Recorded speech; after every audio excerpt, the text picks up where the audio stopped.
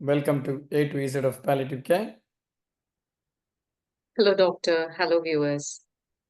In our last video, we stressed the importance of considering the patient's opinion before proceeding to any sort of medical procedure. Doctor, today I have something related to this. I had a slight doubt on one particular topic. Quite recently, my friend had called to say that her father was seriously ill. His condition was deteriorating. I could read what exactly she felt. It was it is quite a difficult situation. Now she had a few questions in her mind, and she wanted to discuss it with me. She came up with lots, but I think I had whatever I did was right or not. I do not know. So I thought I'll ask you today. Her main concern was now the doctor has informed her everything. She knows how the father's condition is, but she isn't sure enough if she should talk about this to the father and then to the mother. Now, she has a sister who stays abroad. Now, as family members, when they had a discussion, the sister isn't that positive. She doesn't want that to be shared to the father or the mother. But whereas my friend wants to do that, when she asked me, I said, yes, you should inform your father and as well as your mother. They should get to know what's happening. We should never put them in a very dark scenario. So please tell me if I have given her the correct suggestion, the correct advice or not. What do you feel? Right, that's a very important question, and it's a way it's a in day-to-day life it comes to all of us at one point of time, and particularly depending upon what culture we have been brought up, and there's a big thing about telling whether someone is deteriorating with them or not.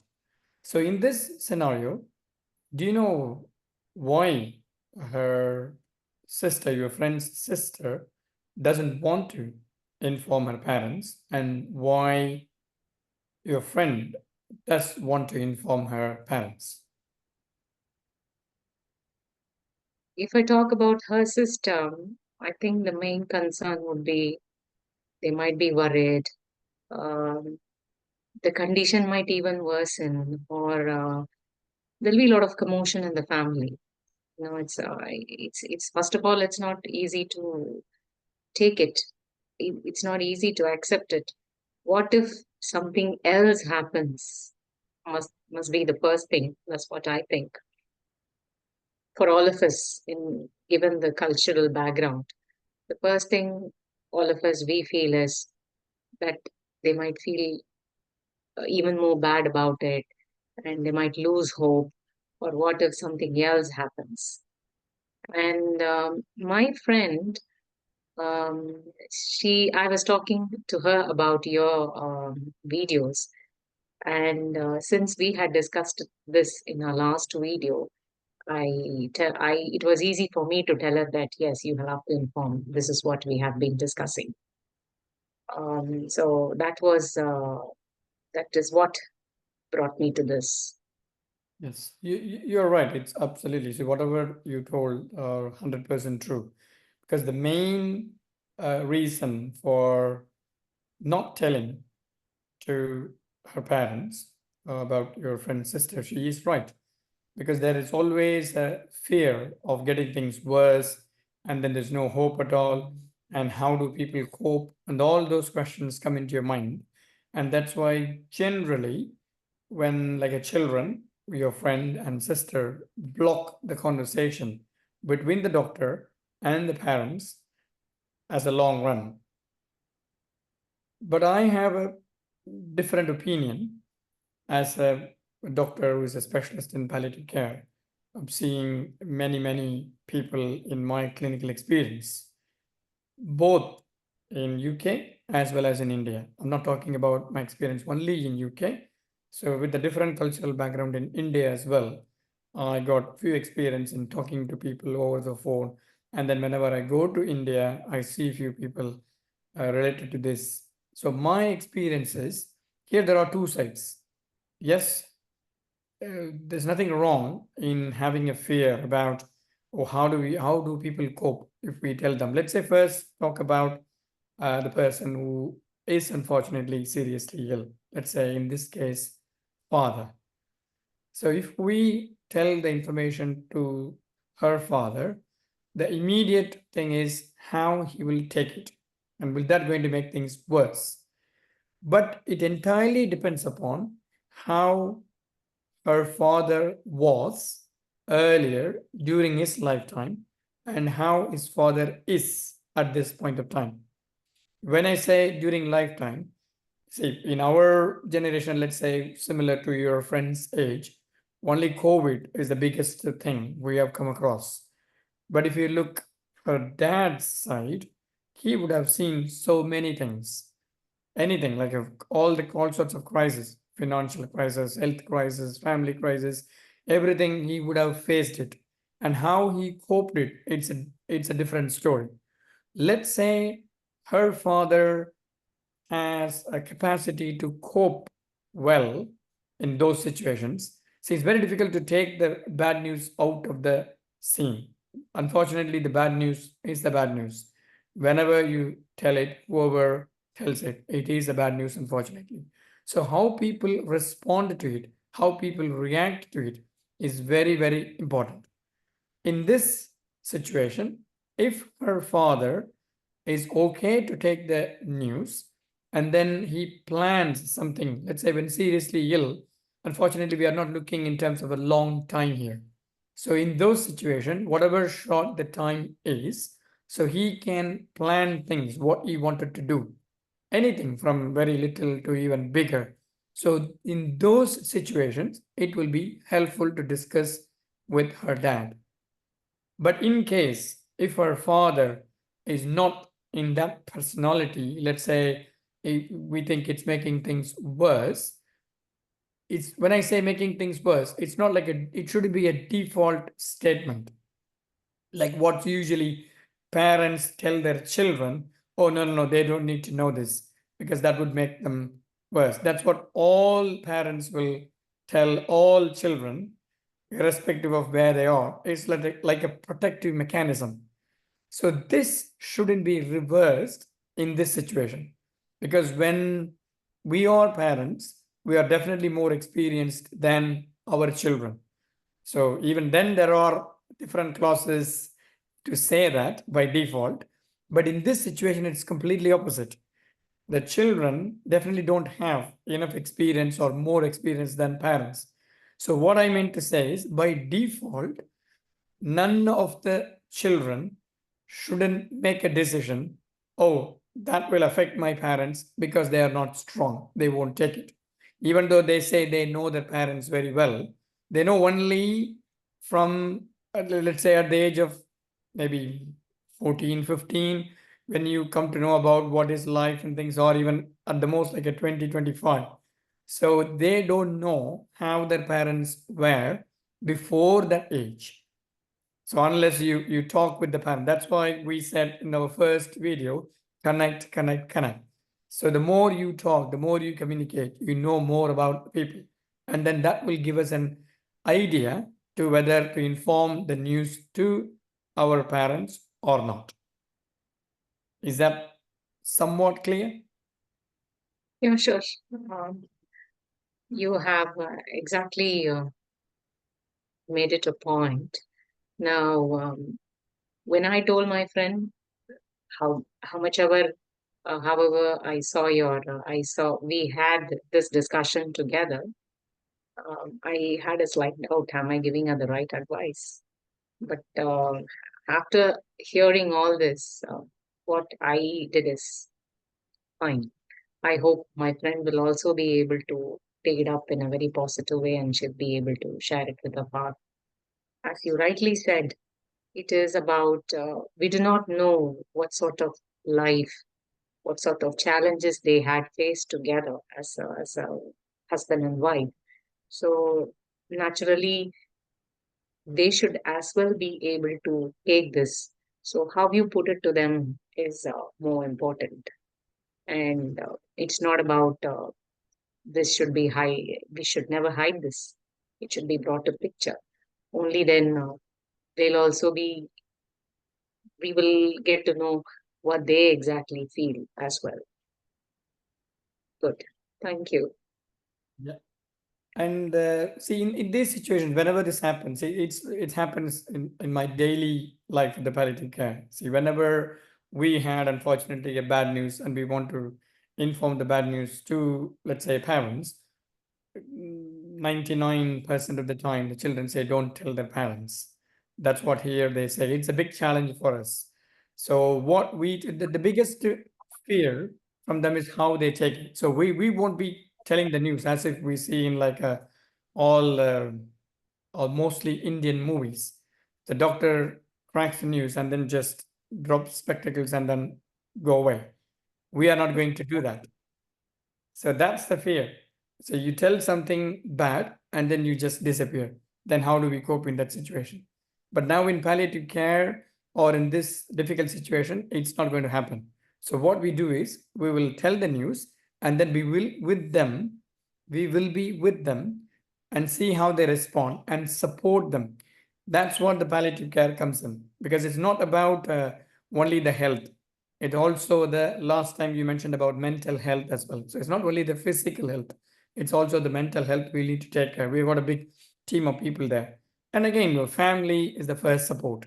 See, there's nothing like a daughter and son being supportive to their parents. Like even if 1,000 doctors come from outside, it's not equivalent to that. So that is where we say, we will tell them back and say, yes, I agree with you because you know your parents very well. But in our situation, sometimes parents ask us.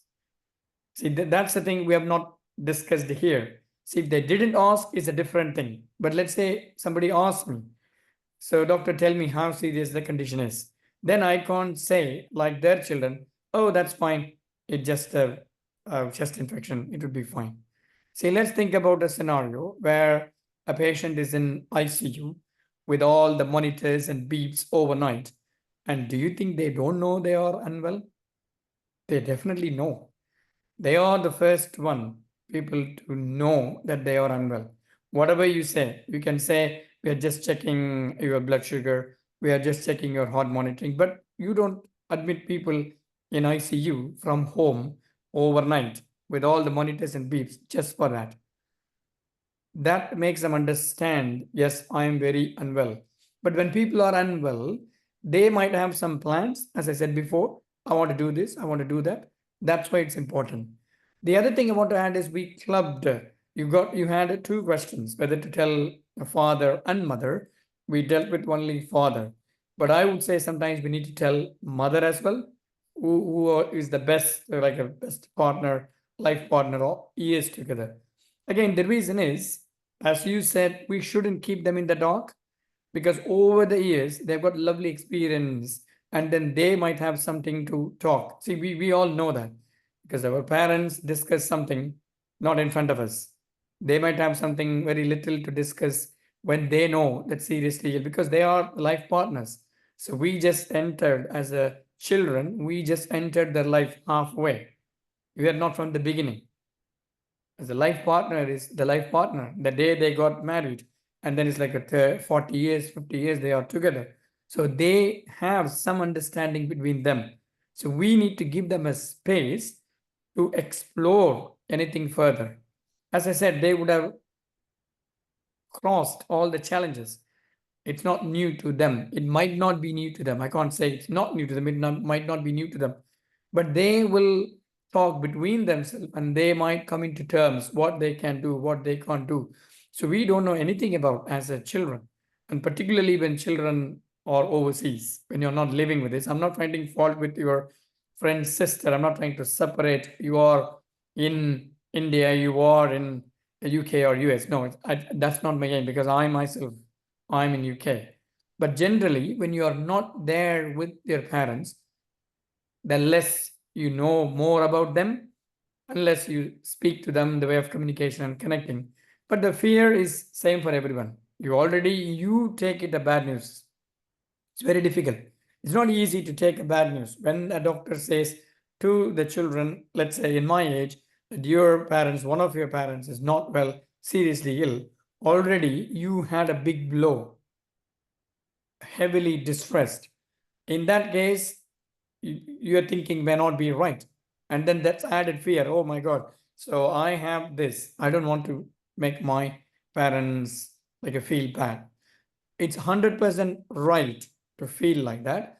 But if you take from their point of view, it may not be right to hide everything, thinking that they may not withstand it because they would have done so many things. And as a summary, I would like to tell any news which is a bad news regarding the deterioration or let's say the poor prognosis should be informed to the patient, let's say in this case, one of the parents, and then the main partner or the main carer, in this case, the other partner. After checking, they are ready to have the news and then plan together from there. But if they are not ready, then we can make a decision. Okay, I'm not telling you at this point of time. What Which we means, shouldn't do is, by making a default decision for every single person, no, they will be afraid of this situation, and we don't want them to be more upset and hopeless. So we can't make their decision for them unless we discuss with them. okay. This takes me to another question. So first, we have to ask them whether they would like to know how the situation is, what exactly the picture is, what kind of illness is it, and how is it going to affect them. So should they be given a chance to know about it, um, having considering their permission? Are I you would ready to know about it? I would say yes. As a doctor, I always do in practice because even though we have a duty to tell the people what they have got, provided they are ready to get the news. So it's not only about the serious illness, anything. Some people want to know like A to Z of what is happening. Say in this era, let's say, for example, if I tell there are two persons there, the first person, you tell something, the doctor simple headache, let's say, you went to the hospital with a headache, person one, and the doctor will say, okay, take these tablets and come back and see me within a week. Then that person goes, followed all the tablets, and then next week he comes and then ask the doctor, okay, I'm better, I'm not better, what to do? This is the person one. If you go to person two, the doctor says, okay, this, take it. And the next question will come, so what are the things you think is going on? Is it anything serious? Then that won't stop with us. When we come back, our Google doctor is there already. So get the Google everything and then ready. It will say, if you say headache, like right from stress, migraine up to cancer, it will say causes for headache. But people want to know what is it. They want to know the information and then they go and ask the doctor 100 questions. So if let's say there are two different types of persons with having the approach to the same problem. The first person, I'm just guessing, might not want to know more about the illness. If you tell them there's seriously ill, everybody knows.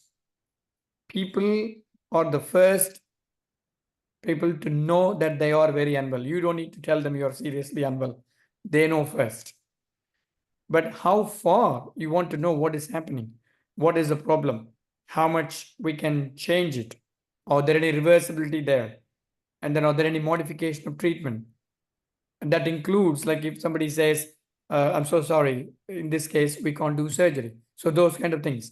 So if you put all these in person one, he or she may not withstand the information, and they will say, no, I don't want to know anything. Just leave it with nature and then see what happens. I don't want to know more about it.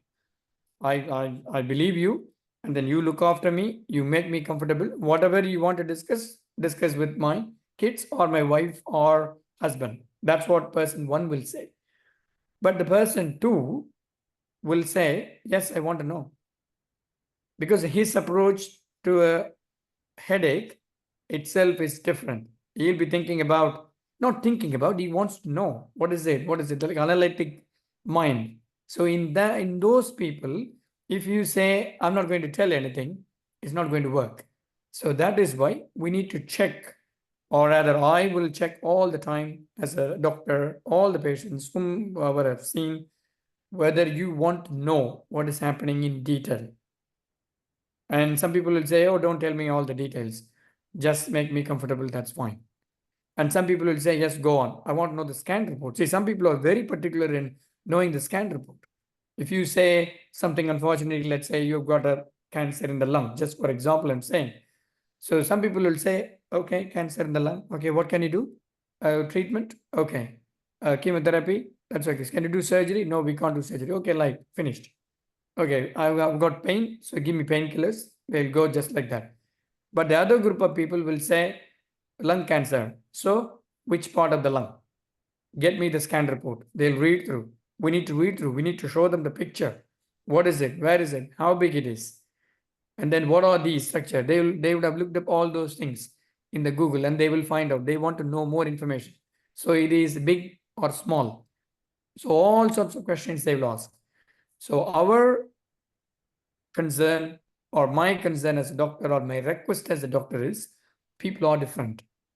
So don't go by default statement that knowing about the illness, which is serious, would make everyone fearful. That's not true. So some people, if you don't tell them only, it will make them fearful. Because they think about a situation where everybody in the house knows, there'll be a big silent, and people don't talk in front of them. See, previously all the children will talk between them. And if anything important, they will go outside, or they will go and close the door of a room and then talk. So how will the parents feel? It's not going to happen. They sense it. They sense it. So I would say, if they want to know, if they say they are okay to know, then you need to give them the news. If the family is struggling, I would say involve the doctors who are trained to give the bad news. And that's where the palliative care comes in place. So the patient's approach to the situation is equally important, how they take it, uh, whether they, first of all, they are interested in knowing or not. That will set a benchmark for the doctors and the family members to take it forward. Yeah. Thank you so much, Doctor. Thank you. Thank you, viewers. Thank you, Doctor. Thank you, Doctor. Thank you, viewers.